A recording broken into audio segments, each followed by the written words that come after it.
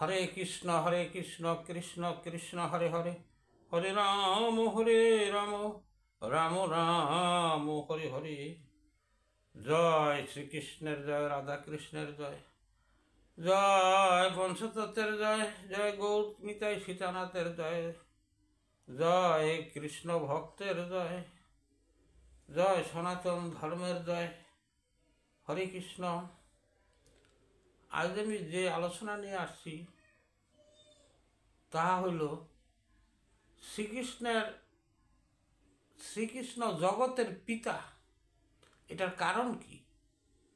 আমরা বলি কৃষ্ণকে যে জগৎ পিতা, কিন্তু তাকে জগৎ পিতা বলার একটা কারণ আছে। কোন কারণে বলা হয়? আমাদের তো এই জগতে আমরা জানি যে সৃষ্টিকর্তা ব্রহ্মা এই সব সৃষ্টি করছে, এবং সে যদি সৃষ্টি করে হয় তাহলে কৃষ্ণ জগৎ পিতা হয় কিভাবে? অবশ্যই এর পিছনে কোনো রহস্যই আছে। মানব জাতির পিতা মনুর পিতা ব্রহ্মা। হিসাব করে দেখা যায় ব্রহ্মা পিতারও পিতা। এখন আমরা বলে থাকি ঠাকুর দাদা, তাই জীবের পিতামহ। সৃষ্টিকর্তা হলো কিভাবে? ঠাকুর দাদা বাবাকে জন্ম দিয়েছে, বাবা আমাকে জন্ম দিয়েছে, এভাবেই জন্মলীলা চলছে। এখন কথা হলো এই সৃষ্টি আর জন্মের পার্থক্য আছে। আমি সংক্ষেপে আলোচনা করি, সম্পূর্ণ আলোচনা করা সম্ভব নয়, তাই সংক্ষেপে বলছি। সৃষ্টি হলে আবিষ্কার করা, জন্ম পুরুষ প্রকৃতির সাহায্যে হয়ে থাকে। যেমন এই জগতের মানুষ, পশু পাখি গাছপালা যাই তরুলতা যাই কিছু আসে না কেন, এই প্রথমে কিন্তু আবিষ্কার হয়েছে, তারপর জন্ম। মানুষের গঠন কিভাবে হয়, পশুর পাখির গঠন কিভাবে হবে, এভাবে আবিষ্কারের পর জন্ম হতে থাকে। প্রথম আগে একটি এই জগতের যে কোনো জিনিস প্রথমে একটা আবিষ্কার হয়। যেমন ইলেকট্রনিক মোবাইল, টিভি, এগুলা প্রথম আবিষ্কার হয়, তারপরে এটা পরে সবাই তৈরি করতে পারে। তদ্রূপ এই জন্মটা হলো এরকম, আর সৃষ্টি হলো আবিষ্কার করা। এখন উদ্দেশ্য হলো শ্রীকৃষ্ণ জগতের পিতার কারণ কি বলছি, এটা আমি সংক্ষেপে বলতেছি। জগতের পিতা যখন, তাহলে ব্রহ্মারও পিতা হতে পারে। যেহেতু জগৎ পিতা, তাইলে তো ব্রহ্মা এর থেকে বাদ পড়তে পারে না। বিষ্ণু নারায়ণের নাভিপদ্ম থেকে ব্রহ্মার সৃষ্টি। নারায়ণ ও কৃষ্ণ সমান। এখন আপনার এই হিসাব করে বুঝে নেবেন, এই ব্যাখ্যা রেখে জগৎ পিতার উদ্দেশ্যে বলছি। আমি যেটুকু বলছি এটা আপনারাই বুঝে নেবেন। আর ভগবান শ্রীকৃষ্ণ গীতায় গুণত্রয় বিভাগের যোগে 14 অধ্যায় 4 নং শ্লোকে বলছেন, 4 নম্বর শ্লোকে কি বলছেন?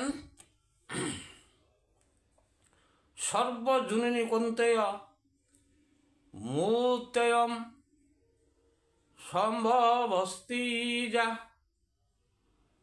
তা সাং ব্রহ্মা সহদ জুনিরং বীজপ্রত পিতা। হে কন্তেয়, সকল জুনিতে যতগুলি শরীর উৎপন্ন হয়, প্রকৃতি তাদের মাতা, আমি তাদের বীজদাতা পিতা।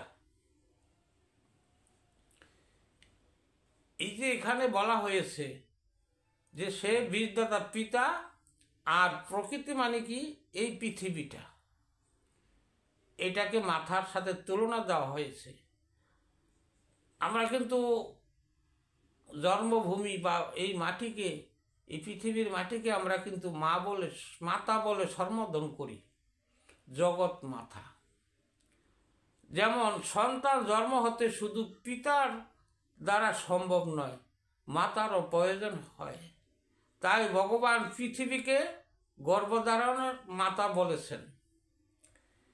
এখন যে পৃথিবীতে মাথা বলার কারণ, যাহা জন্ম হবে এই পৃথিবীর মাটিতে হয়ে থাকে, এই জন্য পৃথিবী মাতা। আমরা যাই কিছু এই পৃথিবীতে যত জীব উদ্ভিদ যাই কিছু আছে না কত, এই 84 লক্ষ যাই আছে জনি, এতে ভ্রমণ করা যে জীব সৃষ্টি হয় তাই কিন্তু পৃথিবীর মাধ্যমে হয়ে থাকে, পৃথিবী ছাড়া কিন্তু হতে পারে না। তাই এই জগতের জীব যত আকারে, তার কোনো হিসাব কিতাব নাই।